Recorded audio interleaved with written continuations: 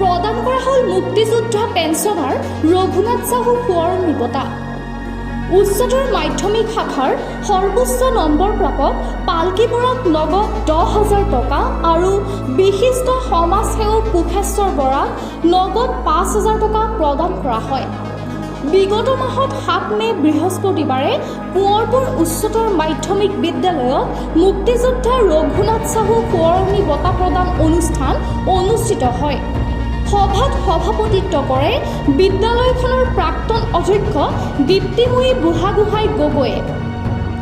বিদ্যালয়ৰ বৰ্তমানৰ অধ্যক্ষ সৌৰভ গগৈ, প্ৰাক্তন অধ্যক্ষ অজিত নেওগ, প্ৰশান্ত চুতীয়া, কৌৰৱ বুঢ়াগোহাঁই, প্ৰধান শিক্ষক প্ৰদীপ বৰঠাকুৰ, দিলীপ কুমাৰ চাহু আৰু ৰাজেন্দ্ৰ চাহুৰ উপৰিও গাঁৱৰ বহু লোক আৰু বিদ্যালয়ৰ শিক্ষাৰ্থীসকল উপস্থিত থাকে।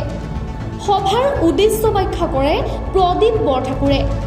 2024 চনৰ HS পৰীক্ষাত বিদ্যালয়ৰ ভিতৰত সৰ্বোচ্চ নম্বৰ লাভ কৰিছিল পালকি বৰাই।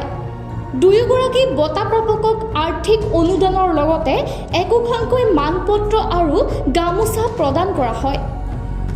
উল্লেখ্য যে বঁটাসমূহ ৰঘুনাথ চাহুৰ পুত্ৰ ৰাম কুমাৰ বৰুৱাৰ প্ৰচেষ্টাত প্ৰতি বছৰে প্ৰদান কৰা হৈ থাকিব।